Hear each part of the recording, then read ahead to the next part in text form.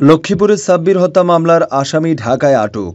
লক্ষ্মীপুরের সাব্বির হত্যা মামলার অন্যতম আসামি আওয়ামী লীগ নেতা হুমায়ুন কবির পাটোয়ারীকে ঢাকা থেকে আটক করা হয়েছে।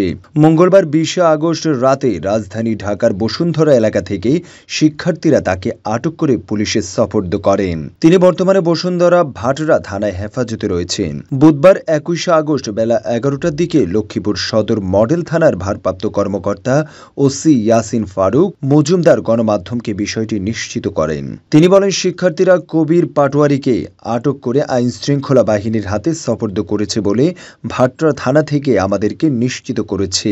ভাটরা থানার পুলিশ তাকে আদালতের মাধ্যমে আমাদের কাছে হস্তান্তর করবে।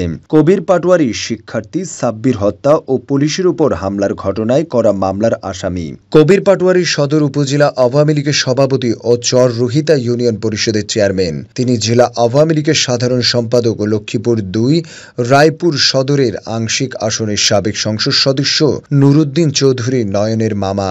পুলিশ সূত্রে জানা যায়, ৪ আগস্ট লক্ষ্মীপুরে আওয়ামী লীগ, যুবলীগ, ছাত্রলীগের নেতাকর্মীদের গুলিতে ৪ শিক্ষার্থী নিহত হন। এর মধ্যে সাব্বির হোসেন রাসেল হত্যার ঘটনায় ৯১ জনের নাম উল্লেখ ও অজ্ঞাত ২০০ জনকে আসামি করে মামলা করা হয়। ১৪ আগস্ট সাব্বিরের বাবা আমির হোসেন বাদী হয়ে সদর মডেল থানায় মামলা দায়ের করেন। ঢাকায় আটক কবির পাটোয়ারী এই মামলার ৪ নম্বর আসামি। এছাড়াও ৪ আগস্ট দায়িত্বরত কাজে বাধাসহ পুলিশের উপর হামলার ঘটনায় ১৮ জনের নাম উল্লেখ করে অজ্ঞাত ৭০০ জনের নামে মামলা দায়ের করা হয়। ১২ আগস্ট সদর থানা পুলিশ ও উপপরিদর্শক এসআই আনবিক সাকমা বাদী হয়ে মামলাটি দায়ের করেন।